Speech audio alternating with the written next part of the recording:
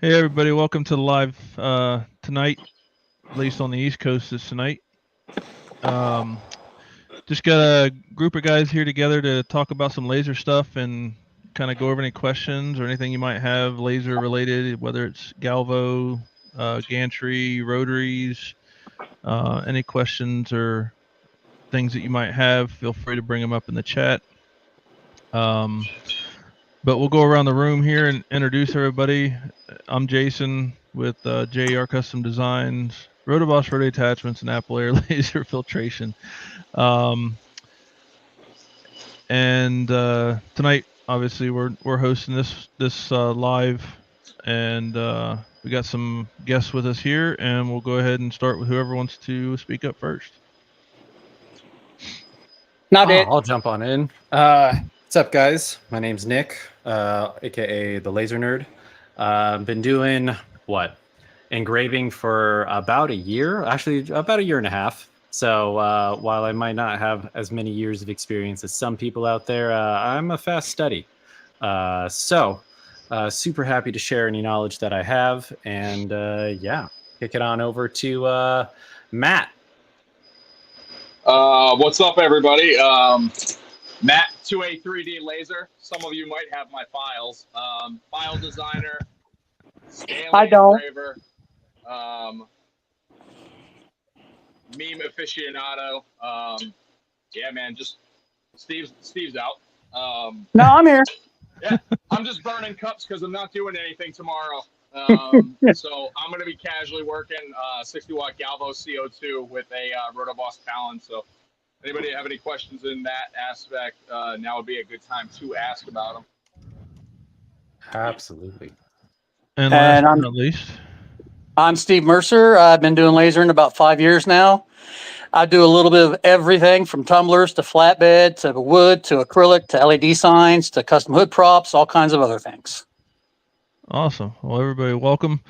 Wanted to get a group of people together. Several of us. I know Steve. I've known Steve for many years. At this point. Since I first got my boss. Just recently met Nick not too long ago. Also Matt, about the same.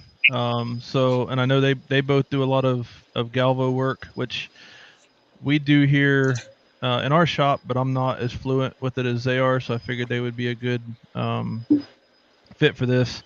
This is not part of the Turn and Burn podcast. We're just getting in here doing kind of a BS session, just hang out, talk lasers and whatnot. So again, if anybody has any questions or anything, feel free to bring them up. So first, what do you got going on there, Matt? I see you're working on that Stanley's.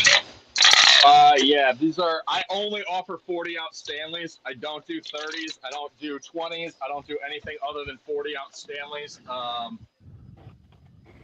As far as my offerings goes, I just ride the trends. That's something I advise a lot of laser people to get into. Is like, it's when I first started, it was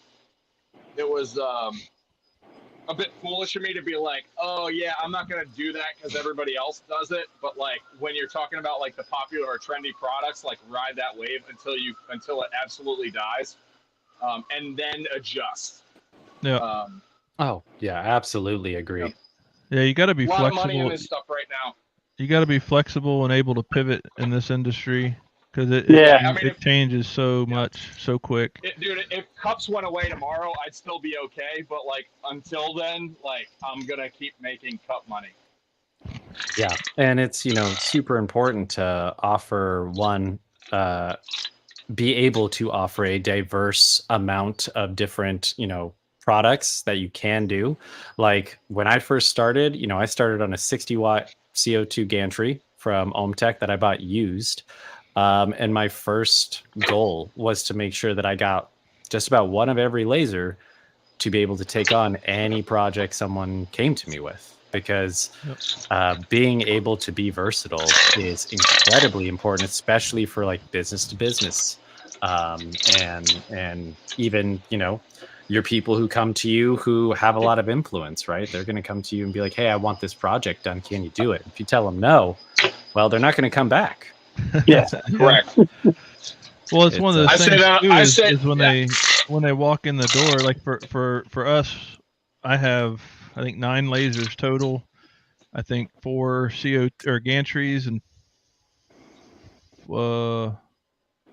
5 fibers or galvos. I don't know. I lost track. But anyways, it's the same thing. Is like when they walk in the door, a lot of people, at least in my experience, don't know what they want, and it's good to be able to have options.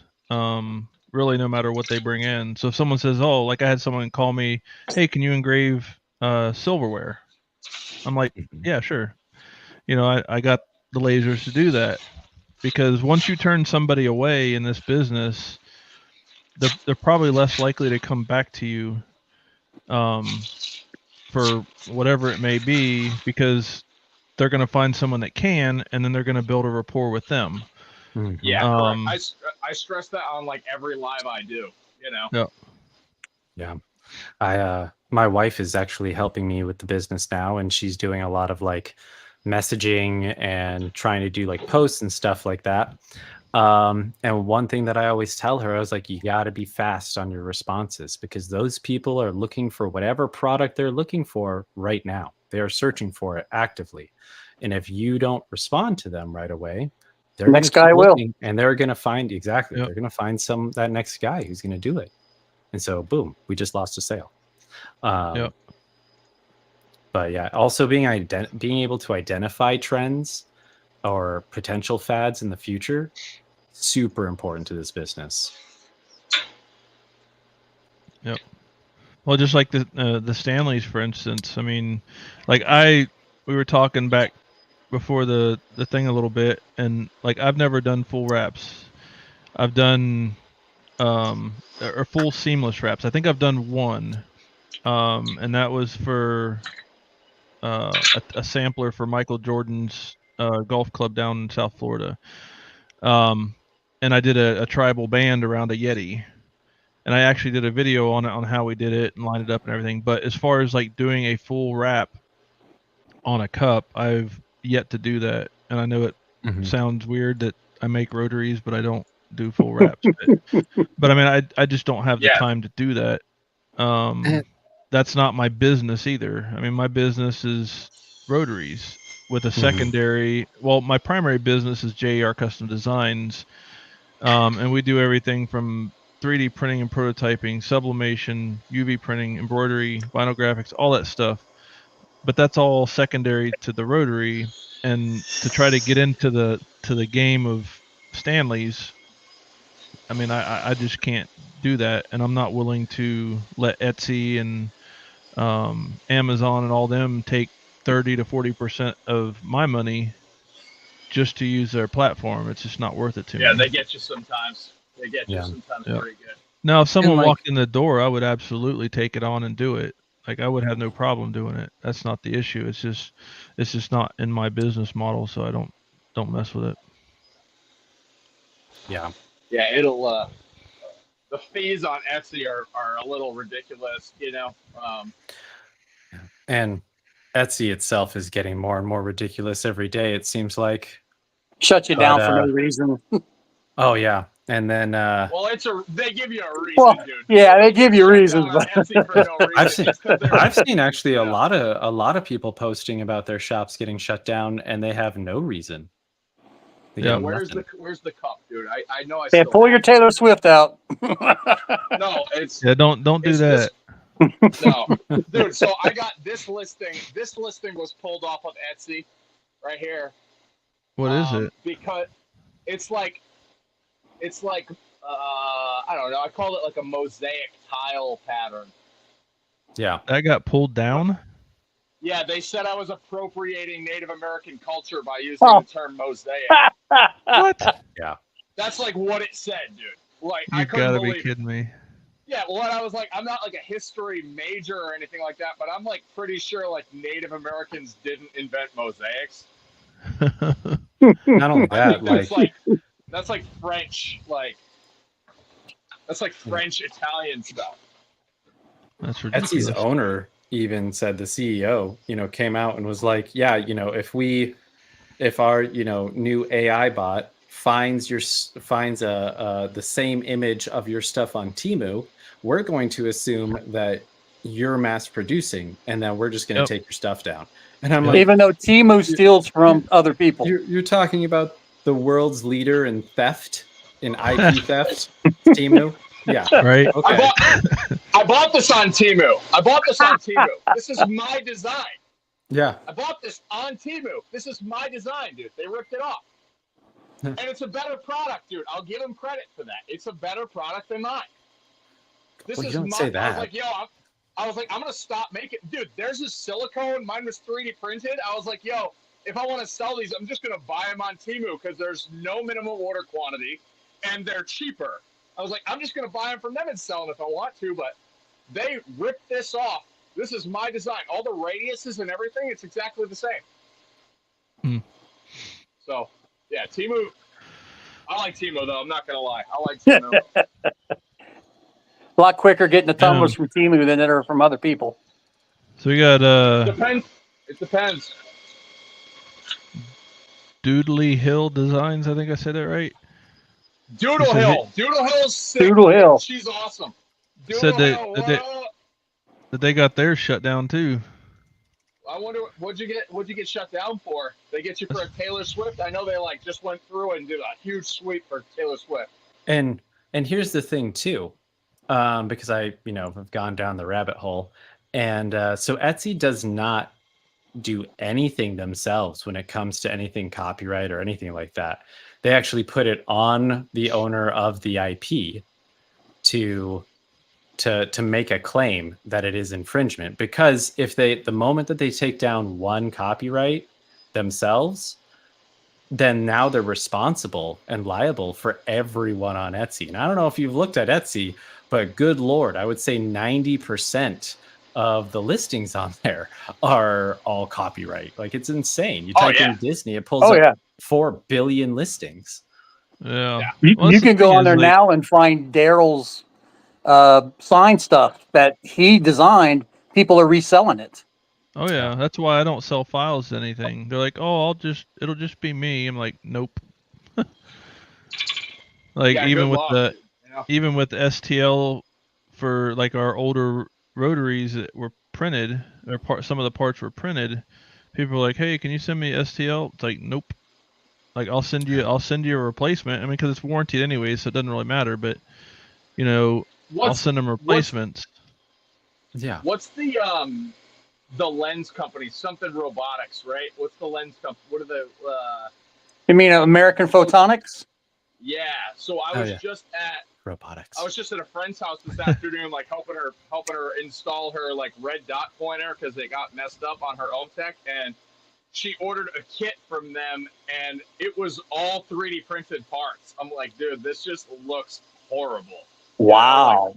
The print, I don't knock anything 3D printed. There's a lot of like good parts made, like Prusa's, dude. Look at Prusa's. They're all 3D printed parts, dude. But like, they were such haggard looking prints. I was like, yo, we're not using any of these, dude. Yeah, she says it's Taylor Swift stuff, and she says it was. I'm assuming what she's saying is she had it on there for a while. Like, and I think Nick, didn't you just get hit for that? Something you had on there a long time ago, the thing or something? is, they didn't tell me. They didn't tell me what specifically I got taken down for. They just said IP, and I was like, okay, well, is what it is.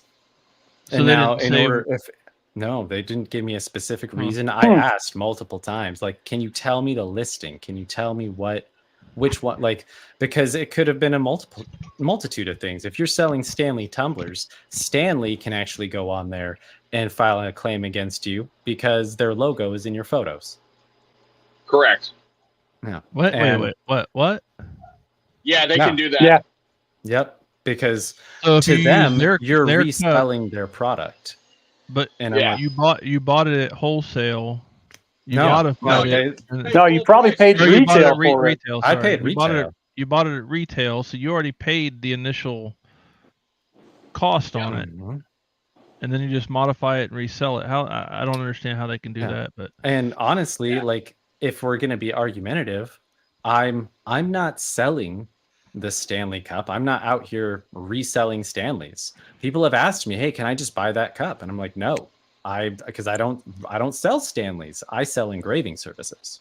Yeah. And Yeah, well, so- and not for nothing, dude. Like, and it's, I've been self-employed for the majority of my life, and it's just this business practice that for some reason everybody in the engraving industry like conforms to, but like nobody marks up the Stanley. Like we all buy like 10 grand worth of Stanleys, and then like I charge the customer for the cup itself what I paid for it, and I make money on the engraving end. It's the worst business practice ever.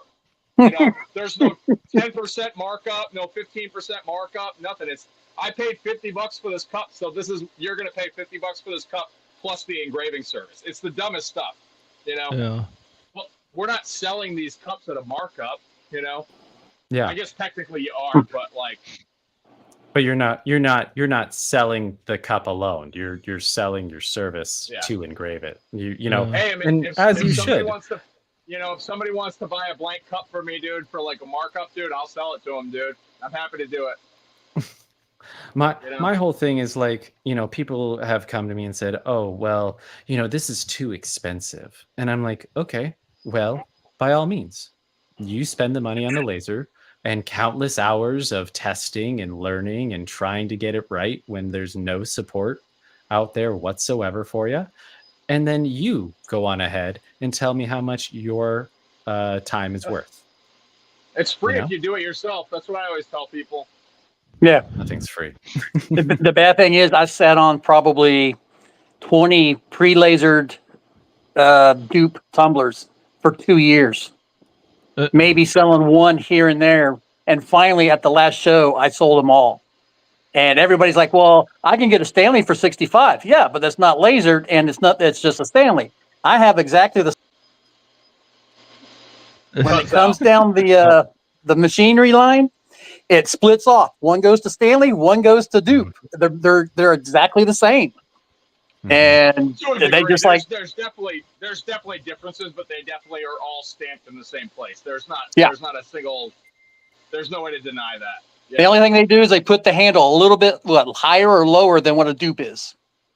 Yep. Yeah, well, all the cups get stamped in the same place, but like as far as like handle installation, like you'll notice on actual Stanleys, like their toppers are a little bit tighter as far as tolerances and stuff like that. Like they're just a little bit like it's like like there's like a place that stamps them, and then when they disperse, that's when you get Stanley and dupe. But they're essentially the same thing. Yeah. But they would say it's the $50. Oh, that's too much. I'm like, how's that too much? A Stanley starts at 65. Yeah, well, they start at 48, but I hear you. Yeah. I paid 65 for that turd tumbler. Yeah. But The black, the brown and gold one. Yeah. and the thing welcome, too, Welcome to your LA meeting, Jim. Oh, I like that, dude. I like that, dude. What's that? An LA meeting, dude. One seamless Lasers tumbler. Lasers Anonymous.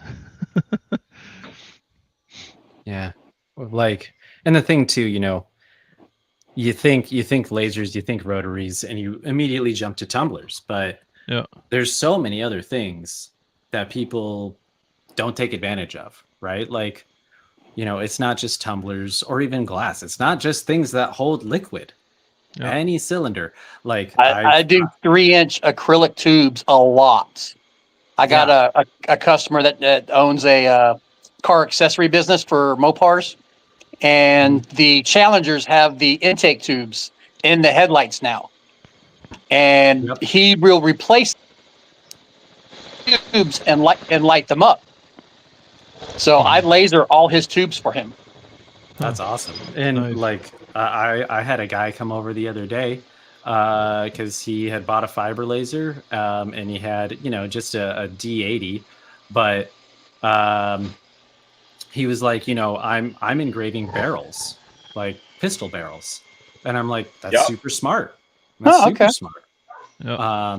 And he's putting like these insane designs, and then Cerakoting and color filling and all this stuff, and I'm like, there's so many things that you can do, and like I learn stuff every day that lasers can do that I didn't even think about.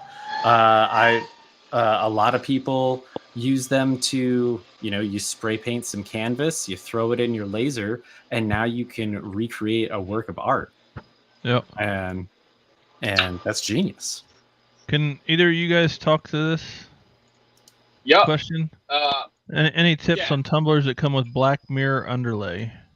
Yeah, On well, a- so I mean, first question would kind of be like, are you having issues? Because that at least gives you a starting point. If not, I mean, they laser essentially the same as every other tumbler. Just don't use the fiber No. laser. Now, Sarah, are you using a Galvo? Are you using a gantry, fiber, UV, CO2? What are you using to do them, or are you just inquiring because you want to do them? Good question. Good question. But yeah, so I mean, and I wanted to ask a question while we're waiting for her to maybe respond on Matt, and even Nick, because Nick showed me he did an engraving when I went out there and met up with them in Arizona about 2 weeks ago, 3 weeks ago, something like that. How do you level one of those compared to maybe a gantry? Is it the same? Yeah, the principle's exactly the same. Focal point, Okay. Focal point's the same. She uses I a know- diode. That's rough, dude. Oh, Oh no. oh. Yeah. Yeah. Sorry, that- Sarah. Nice. That- Nice. The diode's gonna do about the same thing as a fiber will, essentially. Not quite as bad, but that's kind of the effect you'll get. It'll still burn the undercoating. It's definitely got the potential for sure. So you'd have to be really, really careful. What I'd recommend is start. I'm hoping that you use Lightburn. Start with a material test and just walk it up in power in increments and speed in increments, maybe 10%. But I would honestly break it down even further. Try doing 5%, and just see where you're starting to get good results. At the end of the day, like if you're doing especially a full wrap on something like a Stanley style tumbler, we're talking hours to get that done. Yeah. And don't get me So wrong, diodes have come a long way, and there's actually some diode lasers out there that are really impressive. I just saw a 70 watt the other day that can do all kinds of cool stuff, but you're gonna be limited on certain things. It's just not typically for professional use. It's more designed for the hobbyist. So she could be a hobbyist, Sarah. Yeah, and that's Yeah. totally fine. I just wanted to let you know What, what Well, you might be in for. she's saying the issue she's having is the top will burn, the bottom is good, and that's Yeah, that kind of leads back into what I just asked them about level in the cup. Typically, that's what I was just gonna that's kinda what's depends going to if- cause if- it. Like on a 20 ounce, like if you're having that issue, it's a little bit different than like whether you're having the issue on the 40 ounce. I'm going to assume, just for the sake of conversation, she's trying to do 40 ounces just because that's what's popular right now. So Sarah, just because like when you focus, and obviously like, this is a little different, you want your bottom of your cup and the top of your cup to be the same distance. The same, like your focal height should be the same distance here and here. I tell everybody to disregard the middle. On CO2s, it's a little different. Like on my 60 watt ohm techs, when I was running cups on those, I would put my focal point at the top and the bottom, but with the tolerance of the lens, because all lenses have a tolerance, the middle would char because it wasn't removing the coating all the way, because there was like a 5 millimeter difference between the top and the middle and the bottom and the middle. So this was 5 millimeters higher. So what I would do is I would bump the focus up 2 or 3 millimeters, which would keep the top and the bottom in tolerance, but then move the middle into tolerance as well. So you're playing with the tolerances of all these different focal heights. You find almost a cool medium, if you will. Yeah, it there's definitely like a balancing act, and every laser I've noticed plays a little bit differently. But I'd also be curious what your like LPI was, because it's interesting to me, depending on how you have it leveled, that you might have the top burn, but the bottom be, good. Because usually, that bottom, you're hitting that laser, it's overlapping a lot more over itself. So I'm just curious to see how it looks. Feel free to hit know. us up in the Tumblr Engraving for Dummies group, and we'll be happy to sort it out for you. Yeah, I know the fiber or the like what Matt's using looks like the CO2. Mhm. They're a lot more forgiving. Plus, he's using a larger lens or a larger focal lens, so he can kind of offset that any difference that might be there. But a diode works much like a gantry CO2. Mhm. So when you're leveling it, you want to make sure both ends are level, not the plane of the cup. So you want to level both Correct. ends the same. And then on a CO2 gantry, which, like I said, a diode is pretty similar in that regard, you then want to offset your focus equally. So, like, if just use 10 millimeters. So, say both ends you focus at 10 millimeters, and then the center is at 5. So, what you want to do is basically bring both of those out of focus equally. So you'll Mhm. actually raise or lower the bed or lower the object Yeah. like 2.5 millimeters, basically splitting the difference. So that way both ends and the middle are equally out of focus. So the center is going to be out of focus too close, and then the outer is going to be out of focus too far away. And ideally, that's going to give you um, an even engraving or a more uniform engraving across the whole cup itself. LPI Yeah. 125. Wow, that's low. Yeah, So I use that's LPI of 125. I don't know the millimeters off the top of my head. Yeah, LP. That's huge. Yeah, dude. that's like Yeah, like that's way high. That's like a line interval of like 1.5 probably, Yeah, I was gonna say two. I can't or, remember or around. for that, but Yeah, I don't know either, but I'm yeah, gonna I know. LPI should be at least 300 or better for anything you correct. do. So I usually run mine at like 0.07. yeah, depending on my 0.07 is laser, cool. That's wide space. I'll That's run not from LPI. I'll run 0.02 to a 0.08 depending on what I'm doing and which machine I'm using. yeah. Yeah. So you just got to find that sweet spot. But LPI of 125 is extremely low. Yeah, I just Um, pulled up Lightburn so that way I could do that math because I don't know it. So in millimeters, it would be 0.2, which is pretty Yeah, that's high. huge. I would, Yeah. Good lord. uh, Point so one. I'd use 0.1 on like wood, like a big wood project or something. Yeah, I'm But using 0.07 millimeters yeah, here, which is like what like 500? 0.07 is like the well, that's highest I would go to. you're using what, a 300 millimeter lens. Yeah, you have to for the So Stanleys, dude. If you use you can use like a 250, but you lose focus. yeah, well, that's what I'm saying too. Is with the 300, you have to up your LPI, or you're going to be overlapping like crazy.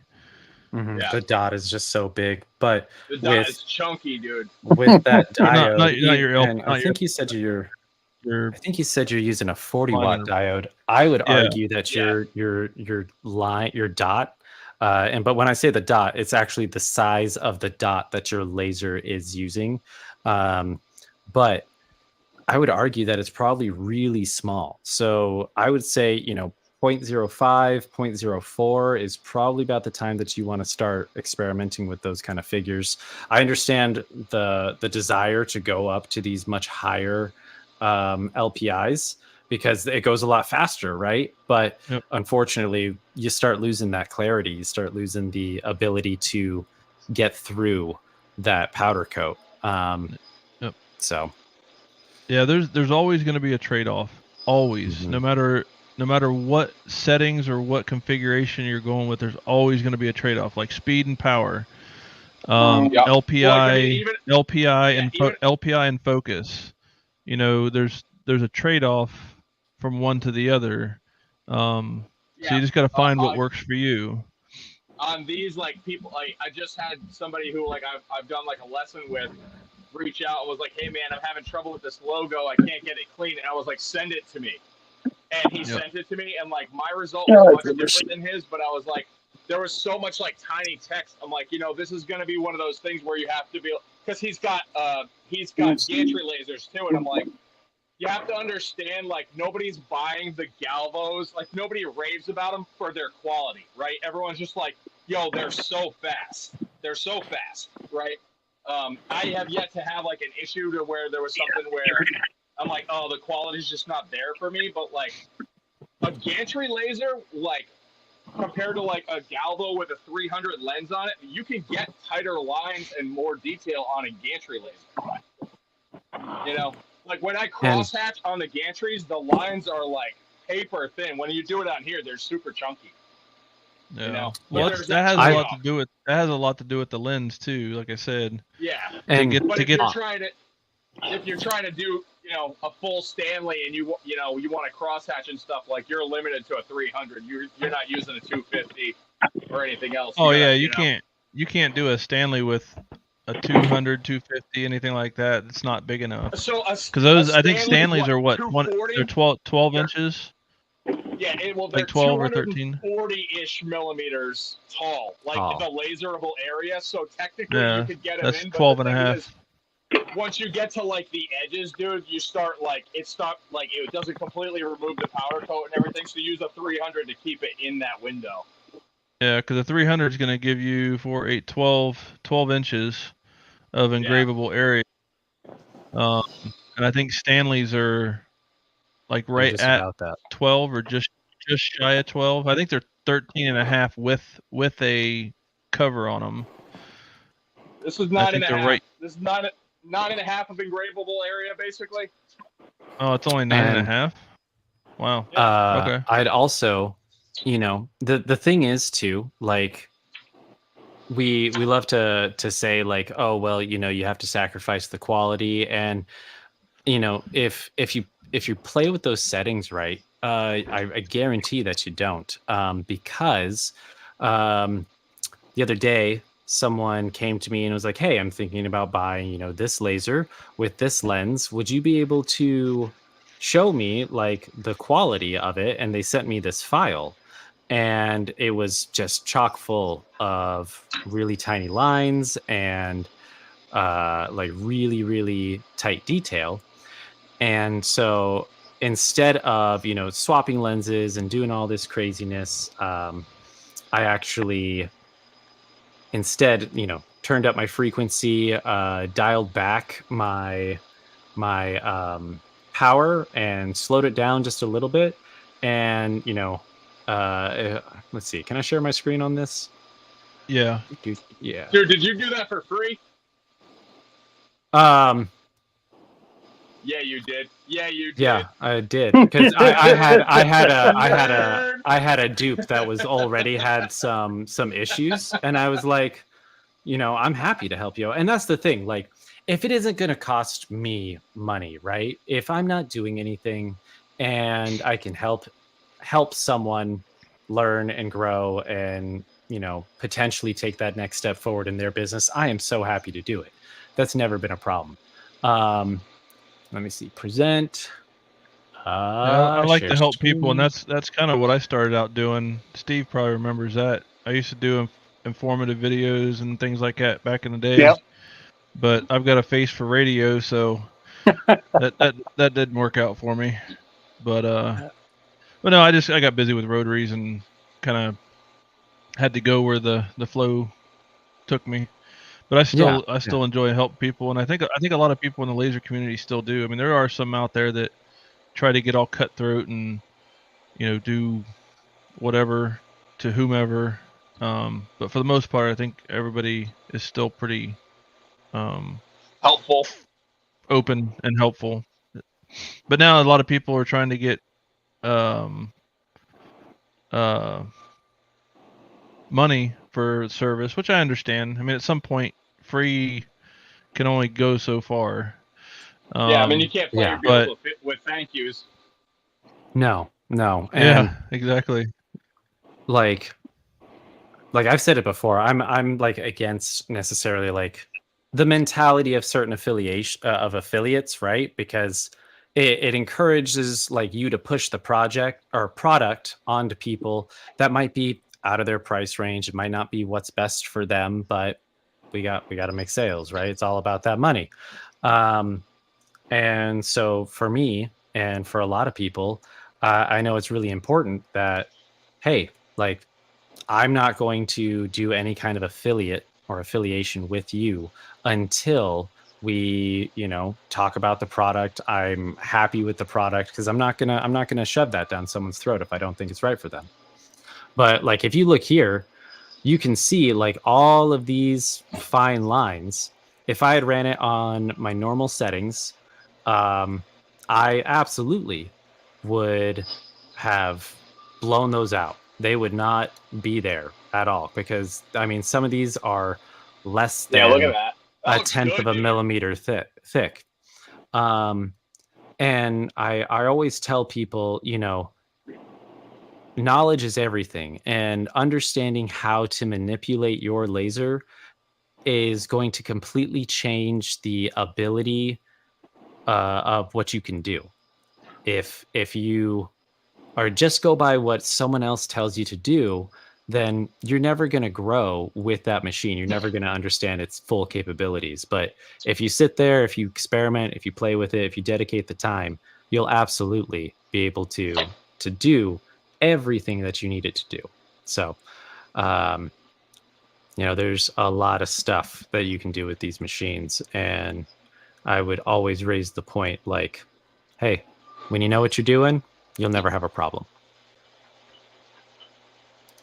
But yeah, what he said. Yeah, right. Sorry, I get super into the technical stuff about these things, and hey, that's why I chose the Laser Nerd, because that's I'm a total nerd for this stuff. Nerd. I ain't got no problem with that. Nerds make money. Yeah. That's cool. Well, we were just having a conversation, dude, about something. I'm like, dude, you're a fucking nerd. And then we were talking about it, and then like we changed the subject to something else that I was passionate about, and I'm like, oh, maybe I'm a nerd too. Absolutely. That's the first step, admitting your problem. I'm Yeah, sorry. whatever, If man. anyone thinks that their job of lasering, like playing with lasers all day, you're an absolute nerd. You're a total nerd. Don't deny it. You don't Yeah, but I'm realize like it. a cool nerd. I'm like a cool nerd. Whatever you tell yourself to get to sleep. I at set night. things on fire. I've done that.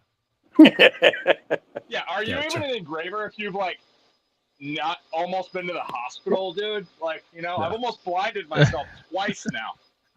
I'll tell One you thing what. I have not done, I've never burned myself. That's one thing I have not done. I'd love to say that I haven't, but I for sure have.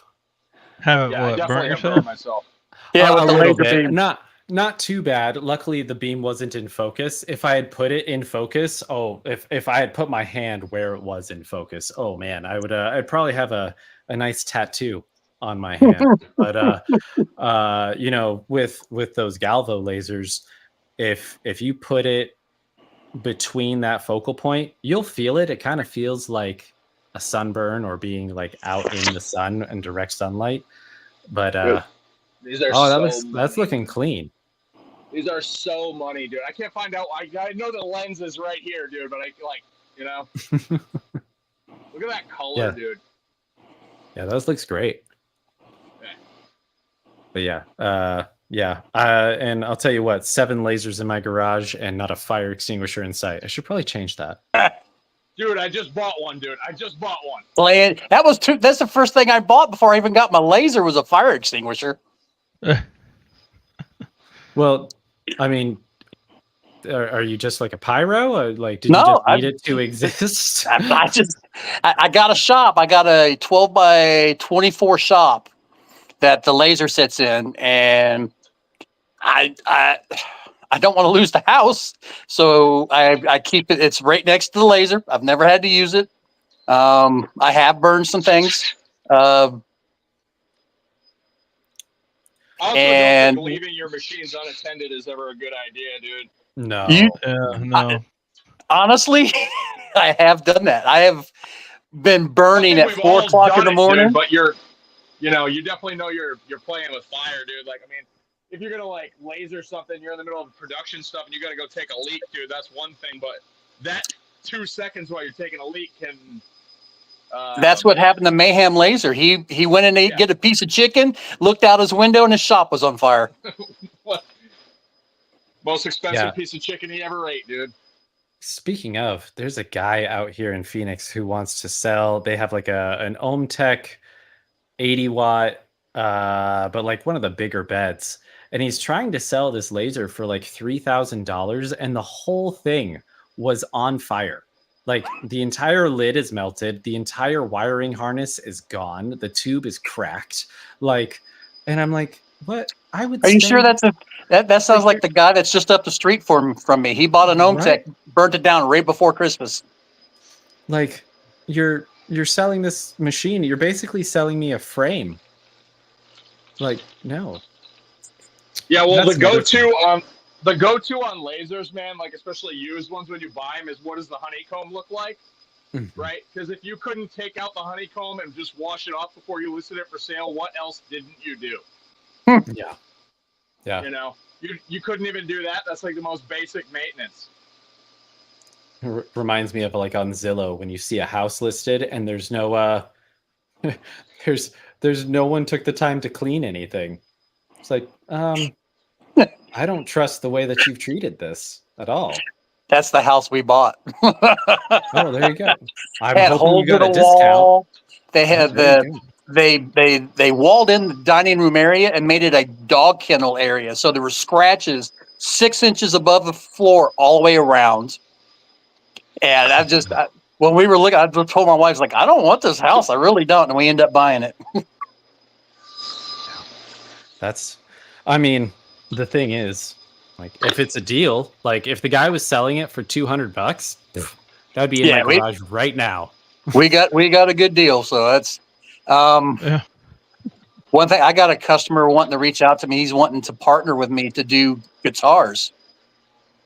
Oh, That's cool, dude. That's cool. He builds custom guitars and he wants me to laser them Oh, That's cool, dude. and cut the little plastic piece that goes over for the pick guard and stuff. uh-huh. He says he'll buy everything and just ship it to me and tell me what he wants on it, and I'll go from there with it. Bro, that's legit. That would be a fun project. You could do a lot with Yeah, I'm production excited. work like that. And he said he would even build me a left-handed guitar. That actually, it brings up a good topic to talk about for people. What do you guys think is the best way to pick up contract work, right? Like anyone can go on Etsy, anyone can go make a website and sell stuff and do these onesie twosies, but we all know that the money is in production work, business to business sales, contract business sales, stuff like that is what's going to keep your business thriving, keep your business going. And it's hard because a lot of it is who you know. But if you could give advice to anyone about getting your first contract, what would you say? Go knock on doors, introduce yourself, take a product with you that you could show them. If anything, take a product you can give them, like a tumbler with their logo or something on it. I've got 3 detailing companies that buy tumblers from me 2 cases at a time. So, and that just came off of one guy. The one guy bought cases from me, and then he went to a conference for detail equipment and stuff, and he had his tumbler, and he's like, "Hey, who did that for you?" And I get a phone call that day, say, "Hey, so and so said to call you." And I'm like, "All right, what do you need?" I wouldn't say 2 cases is contract work. Well, they order every couple months, so it's a regular thing. Hey, and that's the thing, right? It doesn't. You don't have to be. Dude. But we all knew that, dude. I can't find the fucking labels for this fucking cup right here, dude. Do these not like, you know what I mean? I'm fucking like. Does StreamYard have like a sensor for him? Oh.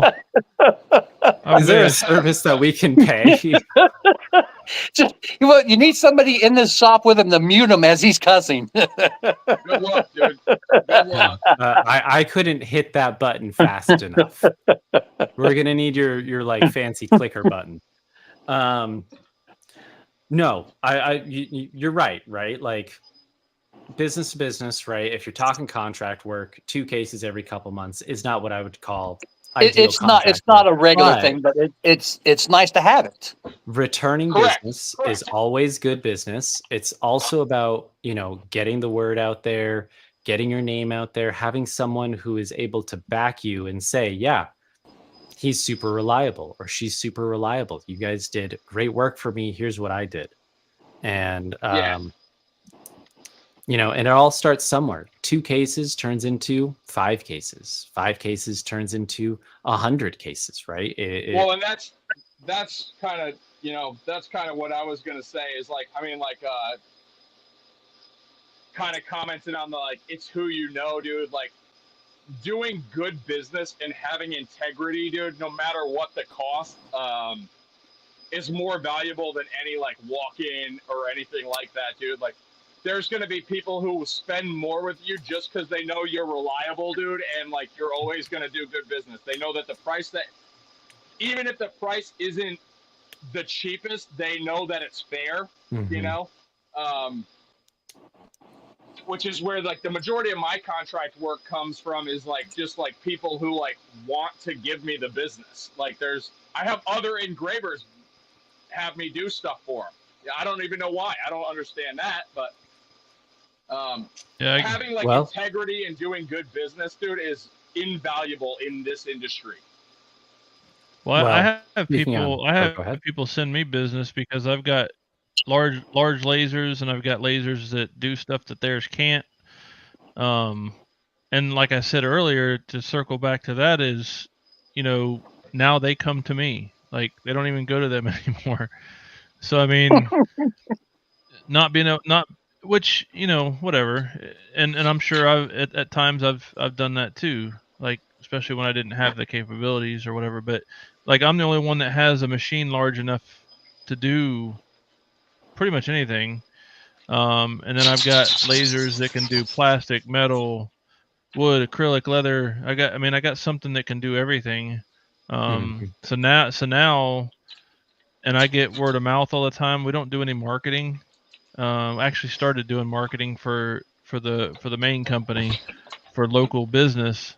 But I mean, I built my business off of word of mouth and self promotion, I guess, which really hasn't done it. I just worked with Google, or I finagled Google to like, because now it's all about algorithms and stuff, right? So yeah. But back when I started up mine, like my description, instead of just putting my business name, because JR Custom Designs, who the hell is going to know what that is? Yeah, doesn't tell exactly what you do.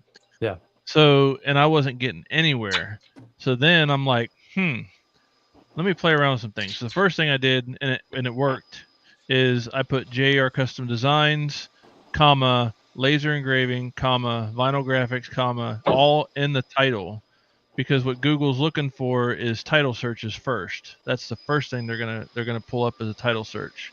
So if your title doesn't describe what you do, then those people aren't going to see it. So now in my local area, when they type in laser engraving, vinyl graphics,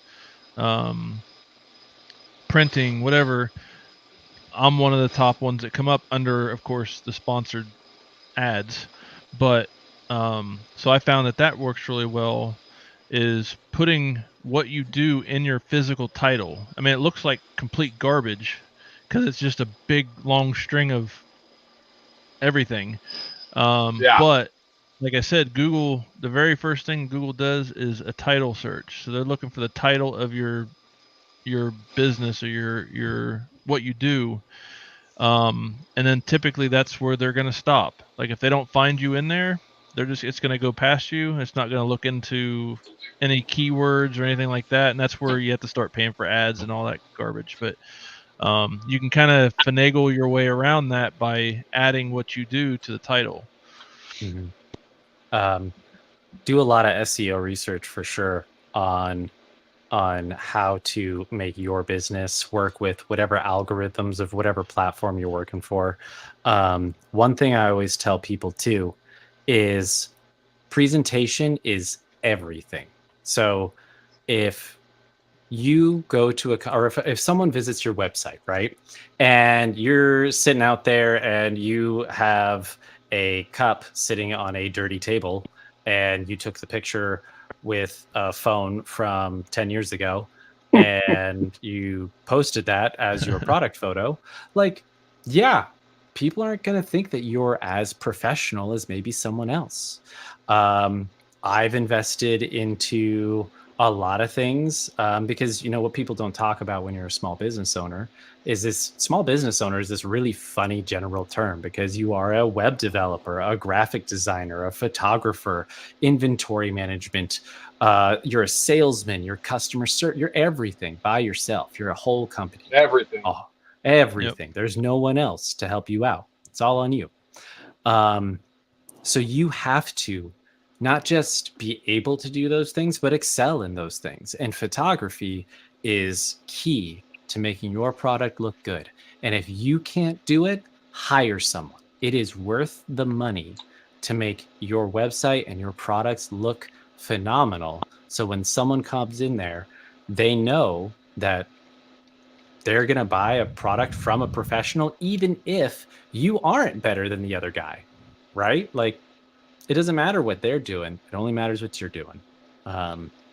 Also, that's also. Go ahead. I was just going to say, also, never,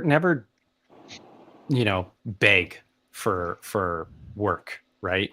Don't sit there and drop your prices to make no money on a product. Like, if someone wants, there will always be someone that's cheaper than you. There will always be someone that's willing to undercut you. And if someone is willing to go to that company, by all means, let them go, because they are not the quality of customer that you want. Chances are they might give you even problems, and they'll probably fight you tooth and nail on every price. Find people who are willing to pay for your time. I've brought that up so many times in my podcast. Like, don't race to the bottom. And I talked to a guy today, I believe it was, and he was like, how much would you charge to do cups in bulk? He's like, he gave me an example. He had 100 cups, same logo on all the cups, whatever, different sizes cups, whatever. And I gave him my breakdown, which is basically whatever your cost is to do it, you double that and then see where it's at. And then if it's too high, you got to kind of judge, is it good to go down? Do I just stick to my guns? But on a discount, I told him anywhere from 10 to 15% or whatever off of that final price.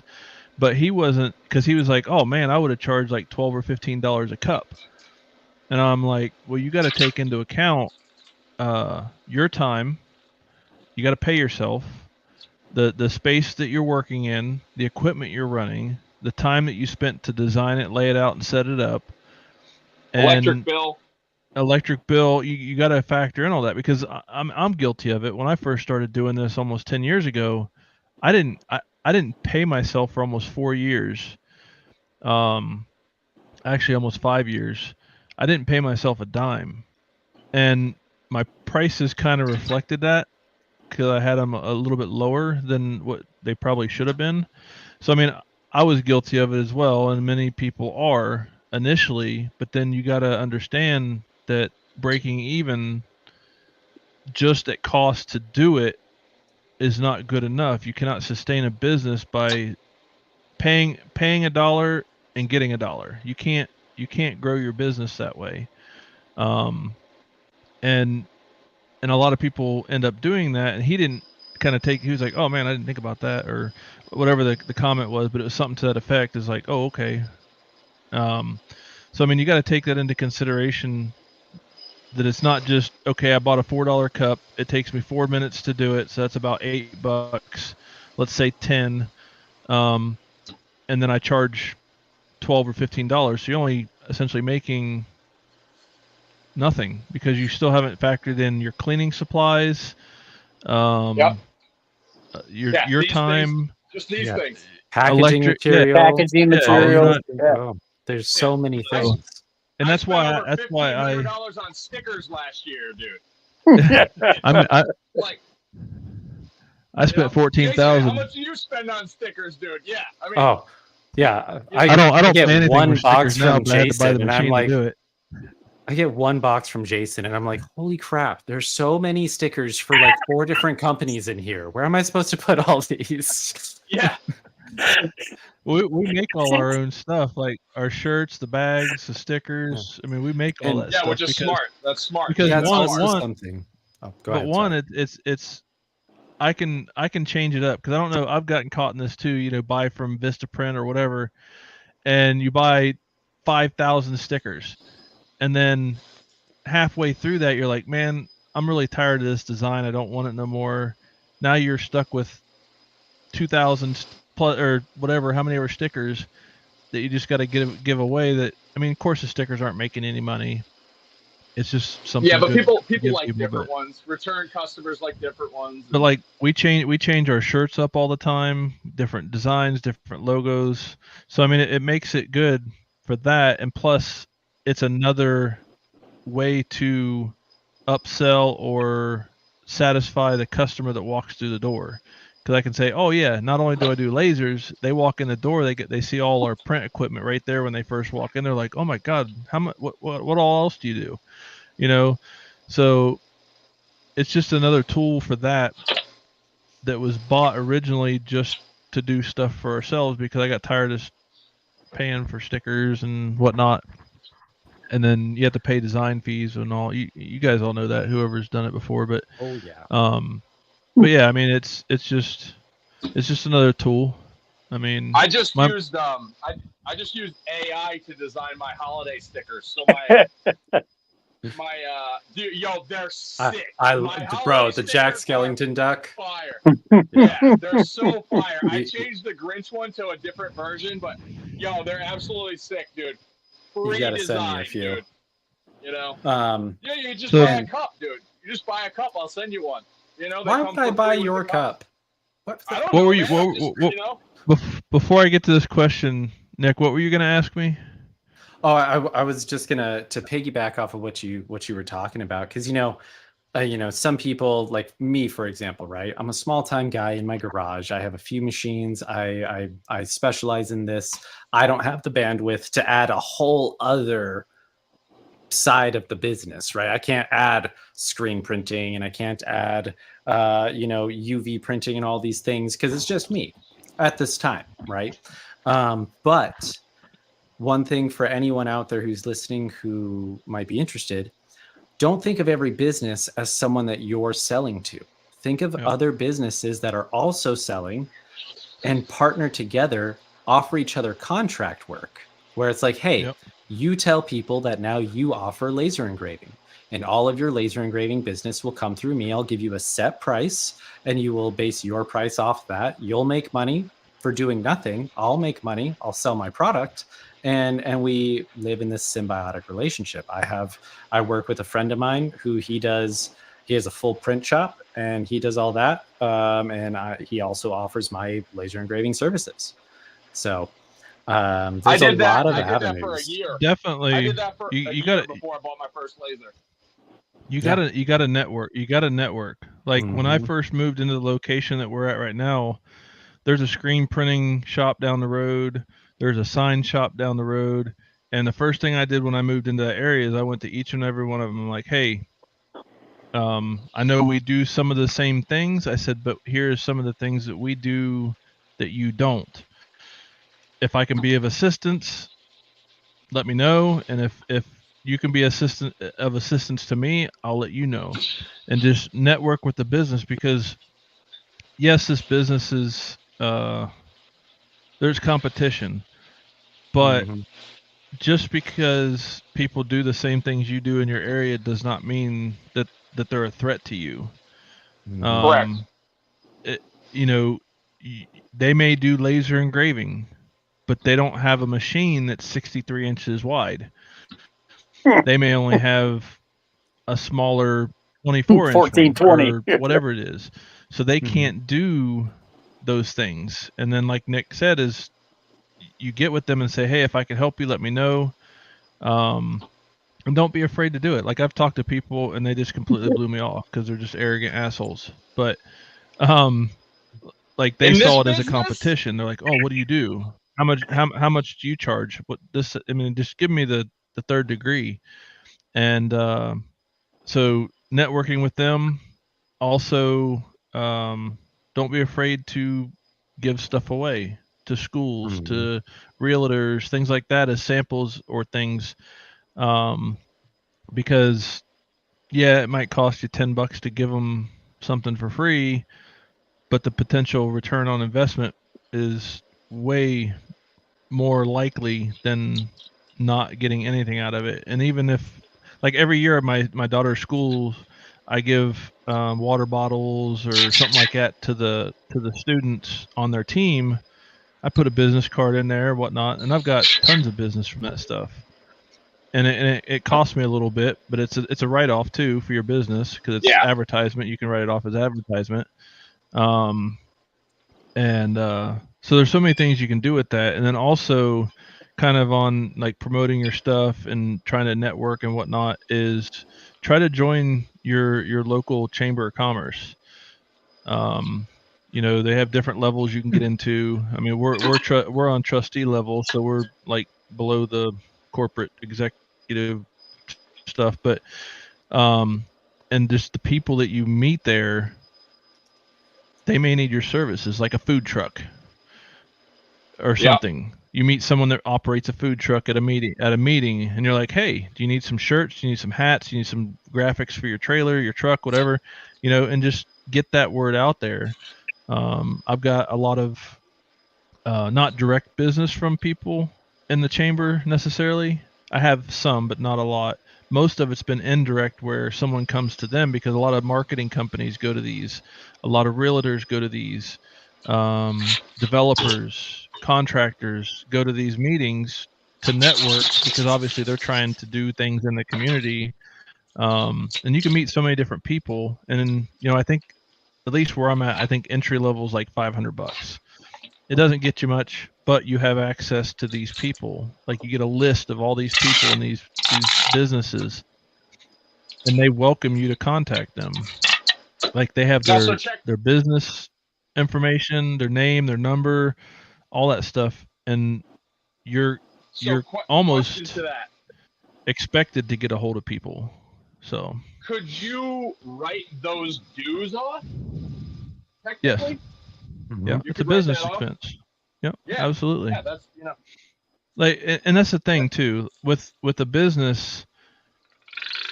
Probably 90% of what you want to get or do can be a business write-off. Going out to lunch with your employees and paying for lunch is a business write-off. Going out with a customer or a potential customer, meeting with them, buying them lunch, whatever, it's a business write-off. Going out with your spouse. Like we do the RotoBoss road trip every year. It's a business write-off.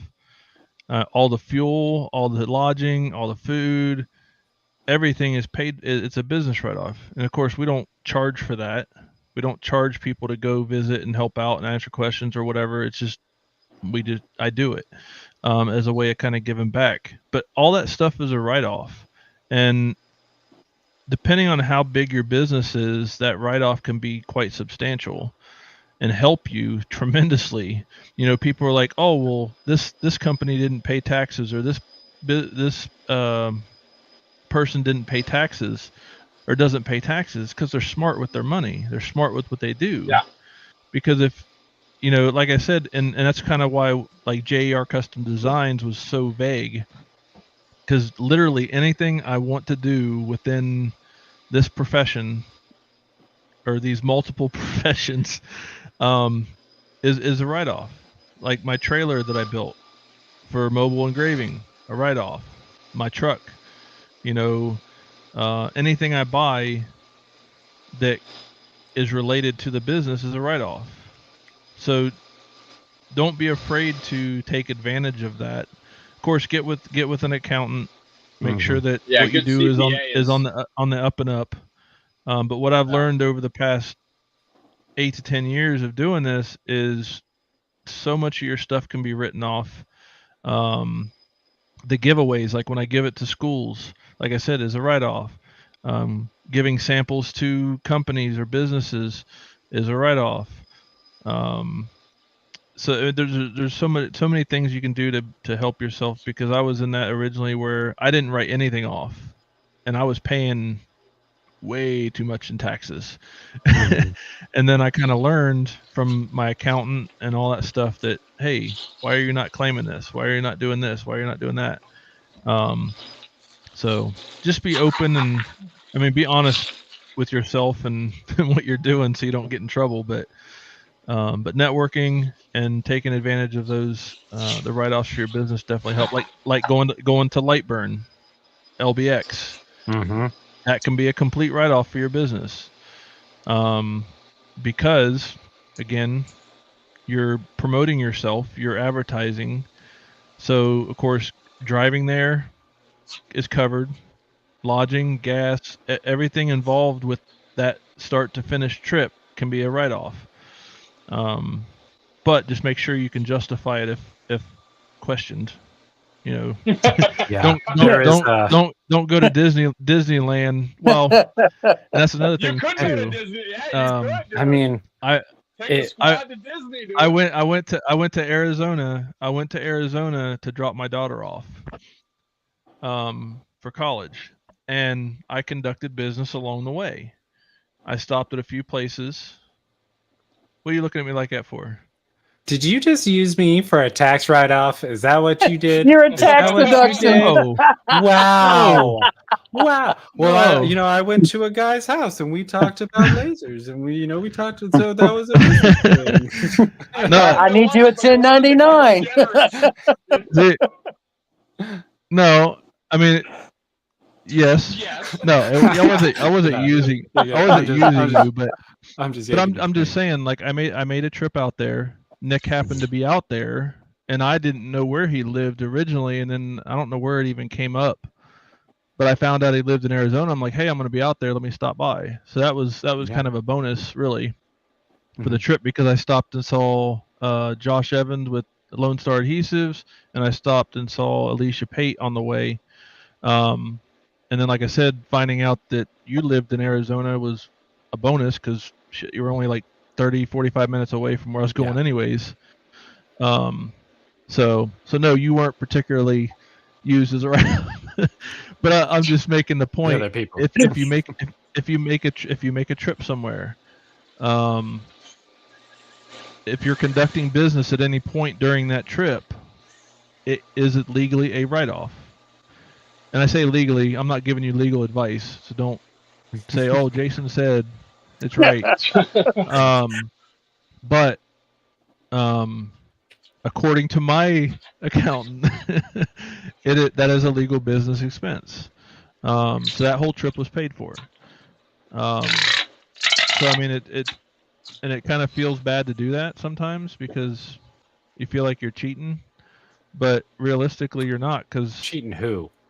yeah, right. The IRS. Yeah, Uncle I think Sam? I'll sleep Uncle with you. Sam. Yeah. You're I'll cheating. sleep like a baby.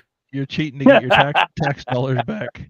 Yeah. But So like I said, you need to be very intentional about what you're doing and make sure you're doing it the right way. But I'm just saying that because a lot of people have questions around tax season. How do I do this? What do I claim? How can I claim this? How can I do that? Get with a tax professional. Pay them a couple $100 or so. Couple and $100 sit bucks. down with them and ask them. Say, hey, this is my business. What can I do legally to optimize my capital, or whatever it is that you're looking to do, and my taxes, as far as what can I legally write off, what can I do, how can I do it. Get that information and then kind of work from there, because like I'll get a hold of my accountant and I'll be like, hey, I'm getting ready to do this, is this legit? Can I write this off? Can I do this? Can I do that? And if they say yes, I'm doing it. And that's how people, we're still paying taxes, because everybody, no matter what business it is, pays taxes. Period. Like you pay Correct. taxes first, and then you got to fight to get it back.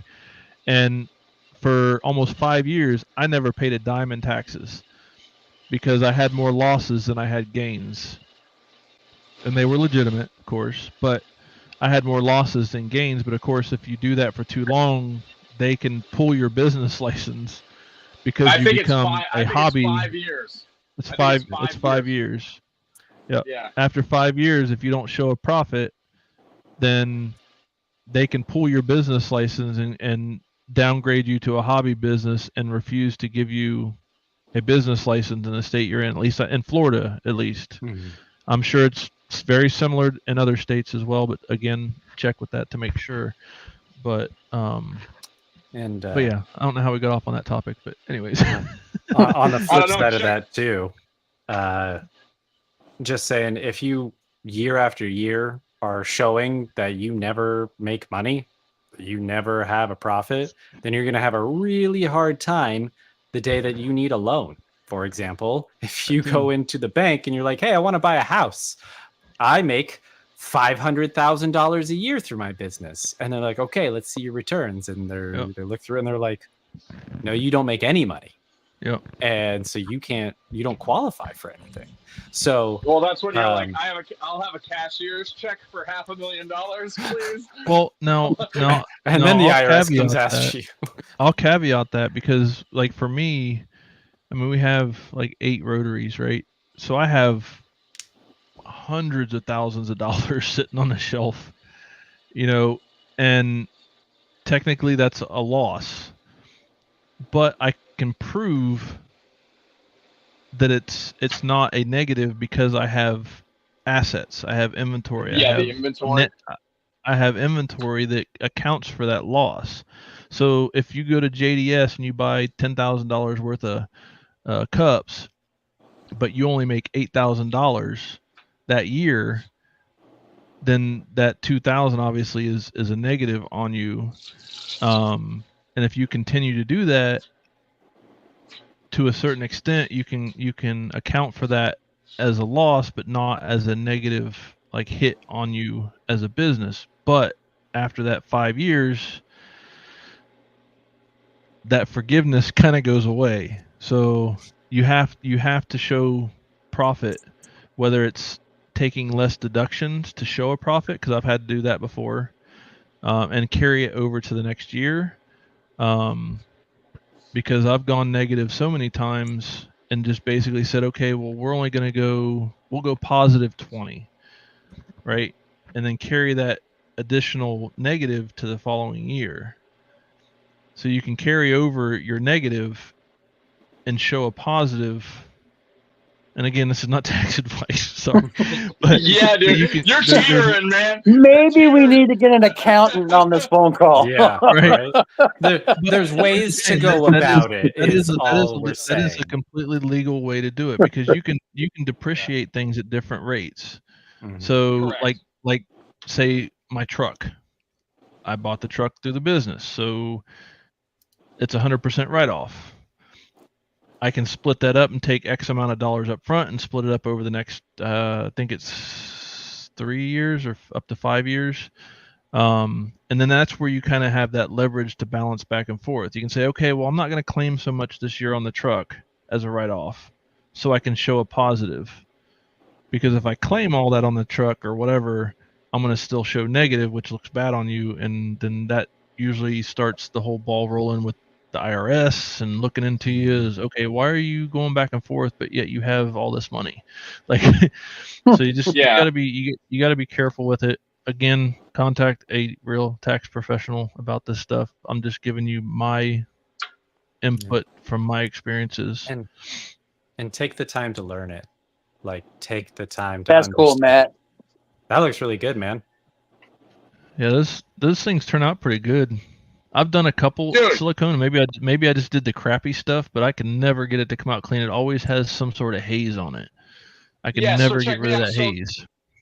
I didn't have orange, so I bought these in a pinch because somebody ordered orange, and I just didn't notice that I needed more. And I bought these. I bought these on Amazon. This is a Temu one. This one laser's like absolute dog-ish. See, I didn't even swear there. Look at See you that? go. Wild card, baby. But yeah, I mean, dude, the stock market's a beautiful thing for that too, man. You can write off losses for up to 3 years. So it's like if you lose 10 grand this year, you could be like, all right, I'm gonna write off 3, 3, and 3. You know, it's a beautiful thing. I mean, it's not a beautiful thing to lose money in the market, but like, We That's just kind of a we nice need thing. to we just need to abolish the IRS. That's what we need to do. Correct. No more. Yeah, flat that'd be tax nice. across the board. And I'm all dude, for, I'm you all sound for like a that. communist. get rid of You sound pennies. like a communist. Why do we dude. have pennies? How about like no taxes, dude? How about no Well, taxes? I'd rather have a flat tax than no tax because then tax is actually Yeah. Who's don't gonna get come any fix your personal street or taxes. your street lights or your Dude, Yeah. I live in Rhode Island, man. We have bridges that are literally getting torn down and nobody to rebuild them. You know? Matt is like on a compound in the middle of nowhere, so I'm not, dude. Everyone thinks I am, but I'm really not, dude. he's the only guy that I've ever seen to post footage of high-end laser equipment and his goats in the same day. That's true. And his ducks. Facts. There's other laser people with goats and stuff.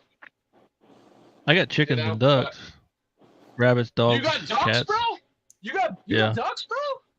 Yeah, What kind of ducks you got, dude? Those are his Peking, cousins. the edible kind. Dude, I got edible ones. I got edible ducks, dude. The only duck to have is the delicious kind. Yeah. Well, I have call ducks too, which are pretty cool. The But Peking kind. Yeah. the Peking kind, yeah. Us in a pinch Chinese restaurant will buy them. I've had that happen Yeah, before. yeah. I have a buddy that owns a Chinese restaurant. He bought from me before for Sick. his restaurant. They just go to Springfield, Ohio, just pick them up at the lake. Yeah. I know. So you know what? Somebody on Instagram sent me like the video. Have you guys heard about like the people eating cats? You know, they're like, yeah, Yeah, in people are eating Ohio. Cats. Yeah, and There's this several dude several sends me this. instances of that.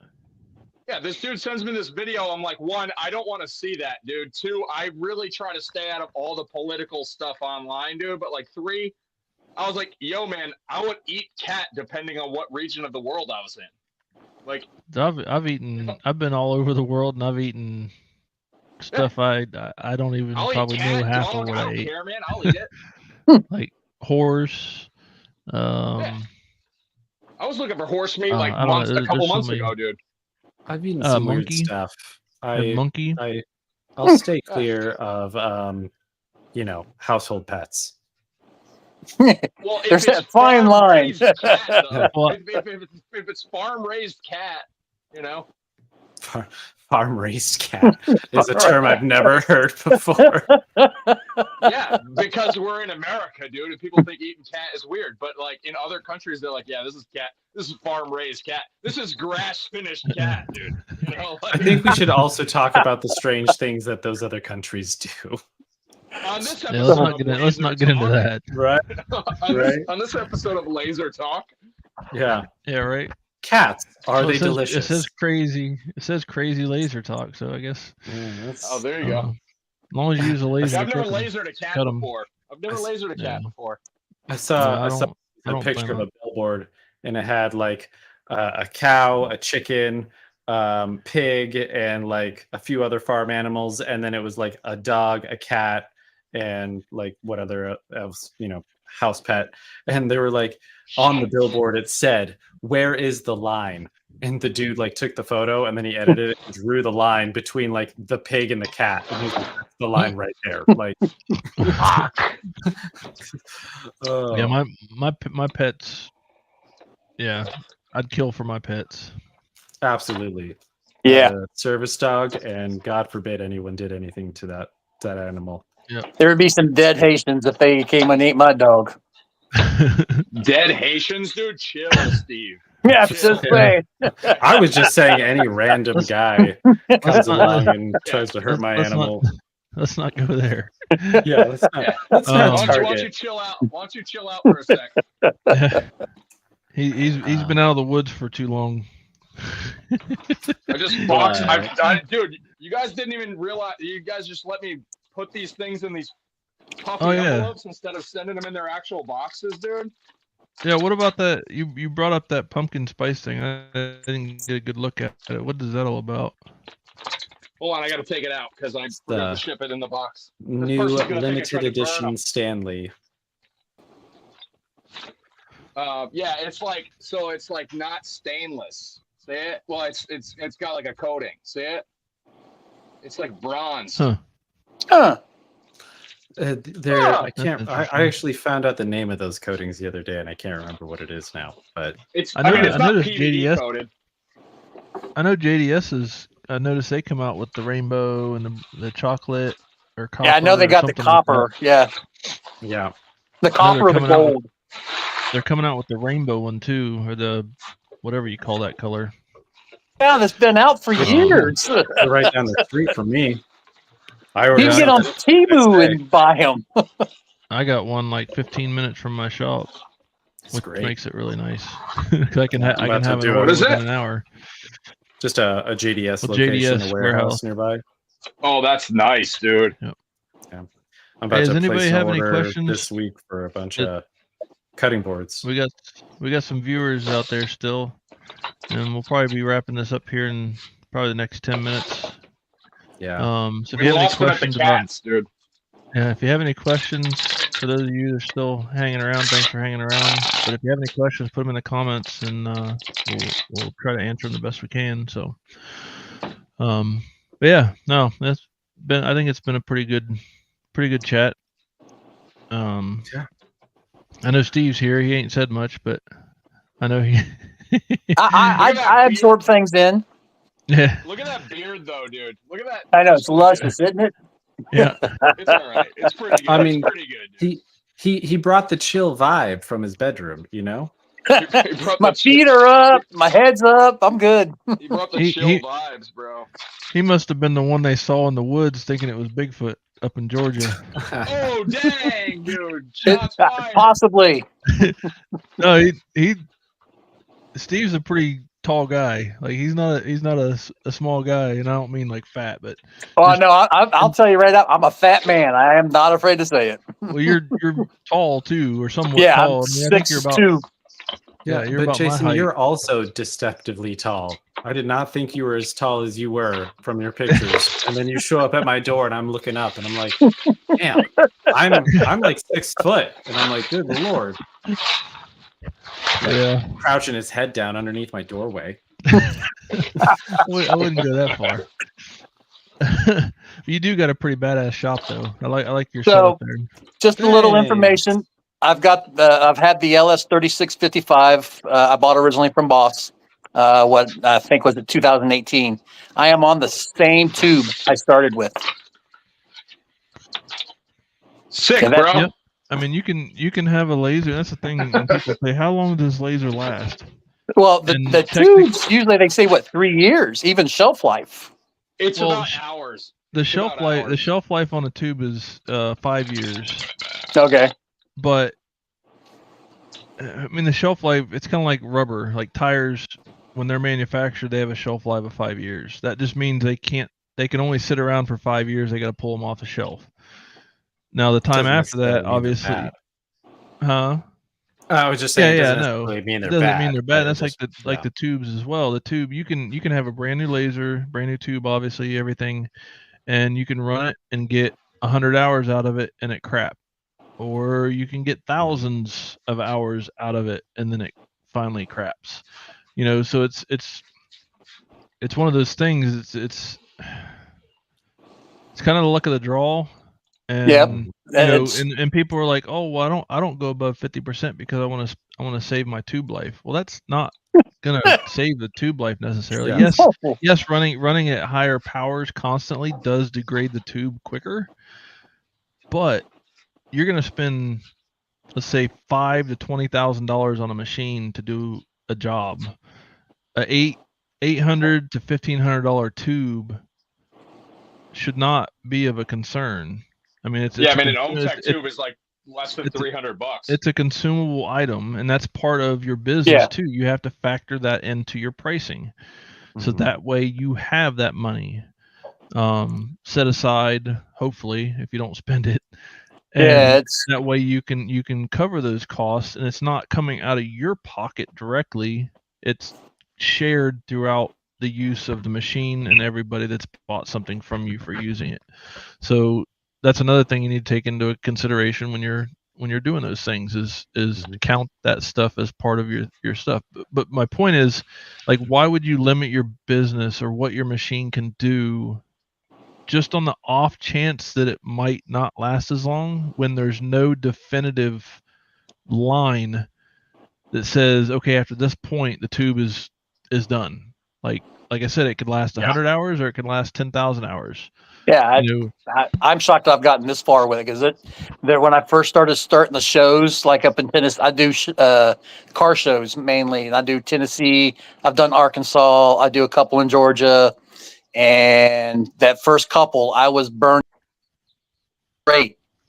Lost There, them. were- I was burning Lost 2 weeks ya. straight. Oh, I'm here. keep popping in and out. Yeah, I don't know. That may be my connection, but for like Y'all 2 say weeks I'm in the straight, middle of this nowhere, machine dude. never got turned off.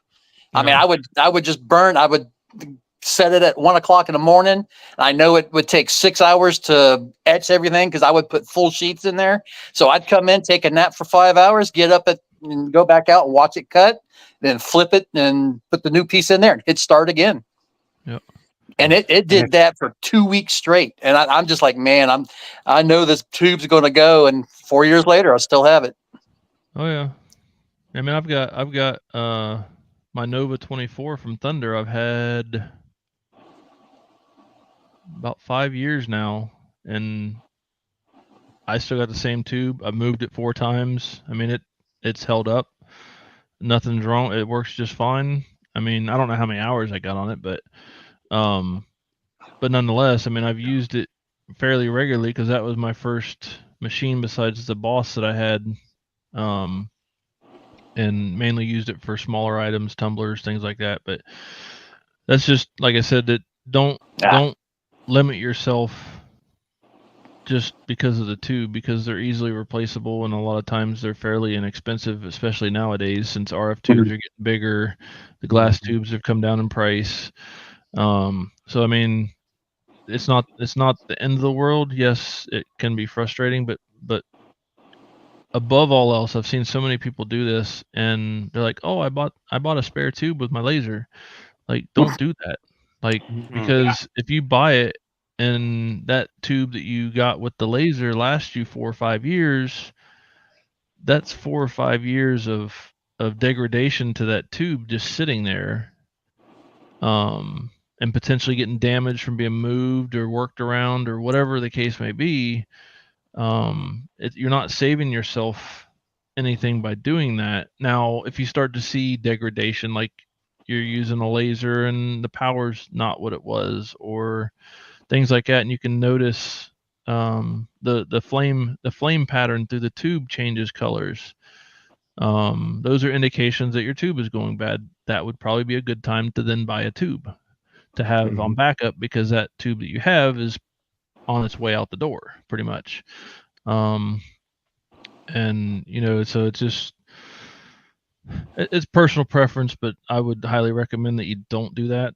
Well, and what Amazon nowadays too. I mean, you can have a new tube like for Oh, most yeah. machines, dude, in like and all the 3 and all the days. major big brands sell on Amazon. Yeah. And You know, a lot so- of the parts are all interchangeable. Like it's the Yep. same thing. It doesn't matter the manufacturer who makes them. Most usually Yeah. the only thing that varies on manufacturers diameter. is the motors. Like Yeah. your drivers Yeah. are all pretty much the same. Your controllers, all of them are Ruida or Rixon or Riken if you're OM Tech. I don't know why they do that, but they have 3 different controllers for different machines. But anyways, so they're all made by Ruida though, every single one of them. So they're all the same. The drivers are all the same. Circuit breakers, fuses, all that stuff are the same in the machine. Power supplies, dirt cheap. Yeah. The only thing that's usually specific to the maker or the brand is the type of motors that they use a lot of times. Some of them use better motors, some of them use cheaper motors. But those are really the only thing, and you can still get those off Amazon fairly cheap too. So I mean, that's the good thing about all the lasers that run off of Ruida. Lightburn, EasyCAD, all that stuff is I wouldn't call it open source, but it's very It's easy pretty to close get. too. It's pretty close to it because everybody uses the same stuff. So it's really easy to replace them. It's cheap. And then all you really And got to do is figure out how to do it. And a lot of companies nowadays have instructions on how to do that, or have somebody within their groups or organization that can help you do that.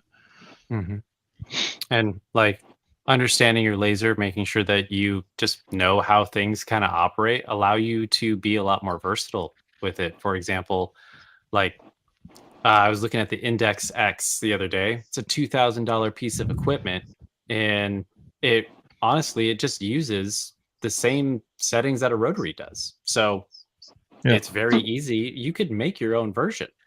It's just a handful of parts that are no different than any other parts. So when you get a good understanding of these machines and you're able to work with them better, you'll pick up a whole lot of new things in a very short period of time that you'll be able to modify and do. Yep. Test, do all test on everything. Learn your I'm machine. Like Constantly retesting. I used to tell people when they get their machine, take every mirror and put it out of focus. Like just mess the whole laser up and go back through and learn how to realign everything. And That's like actually really good advice. The first question I get is, why would I do that? I'm like, would you rather do it now? Yeah. Or when something In the goes middle wrong of a job and you have a job to do and then learn how to do it? I said, which I got a way great example of that. Oh, sorry. Go ahead. Last year around Christmas, just after Christmas, the only Galvo laser that I had took a crap on me, and I didn't know why. And I went through months of troubleshooting. And you can ask Matt. I bugged him about it. I've asked dozens of other people about it, and no one knew. No one had any idea of what to do. And because these machines, there was just no information out there for. So I ended up learning everything about it myself. And you should, I mean, I have videos of me taking apart that entire machine and going down to the bare wire. And I encourage anyone, take the time, open their machine up and take a look at it to understand how it works. Yep. And also replace some parts because they're not going to give you the best parts.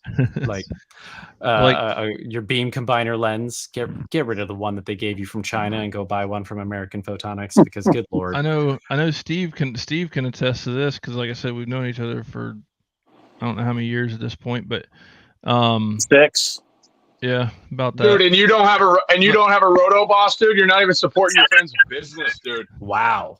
Trust me, I do want one, and I don't talk to anybody but his Roto.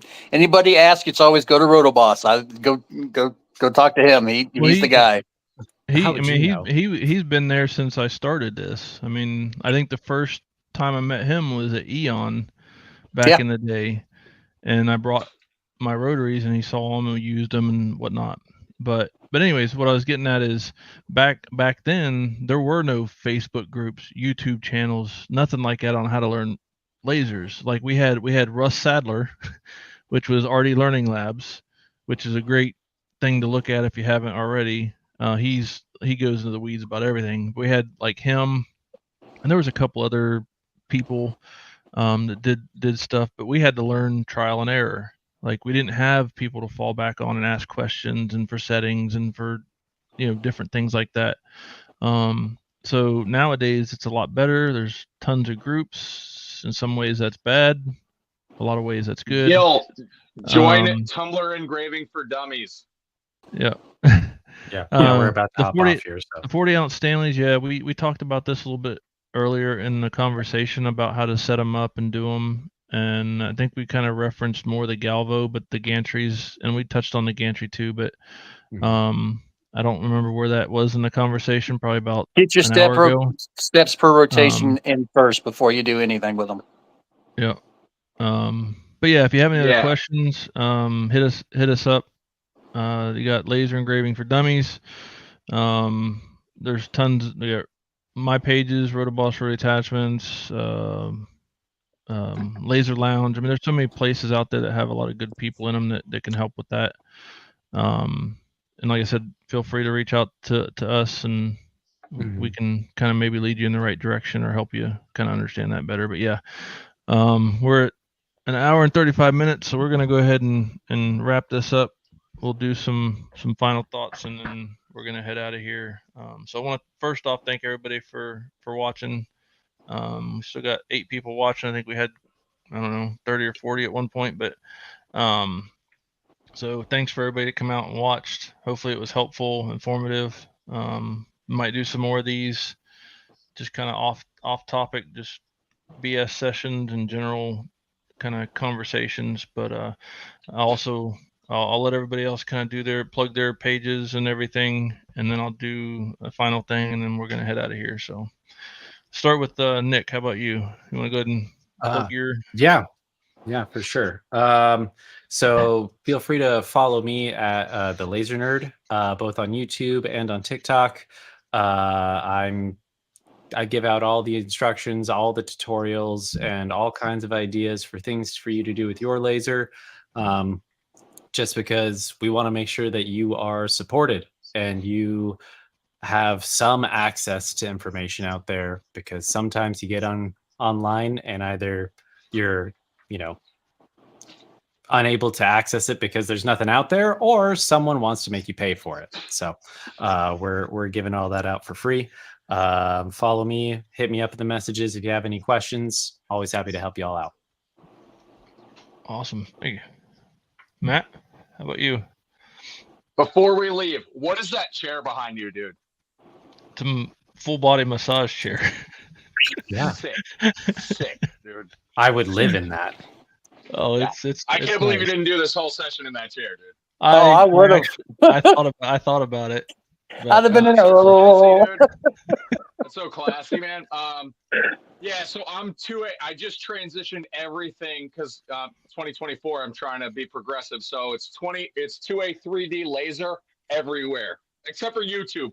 YouTube, I'm still 2A 3D print or 2A 3D laser. You'll have to take a crack at that. I'm not sure. Yeah, or you can find me lurking in Tumblr Engraving for Dummies, or on TikTok or whatever else. I'm always answering questions. I try to go live at least like once a day. I haven't been lately, but I do try and go live at least once a day. So, yep, that's awesome. me.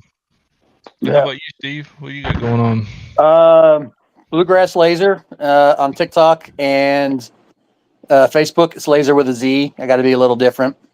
Or if anybody needs any help, just reach out to me personally. Steve Moparian. I know it's not my last name, but it's kind of cool.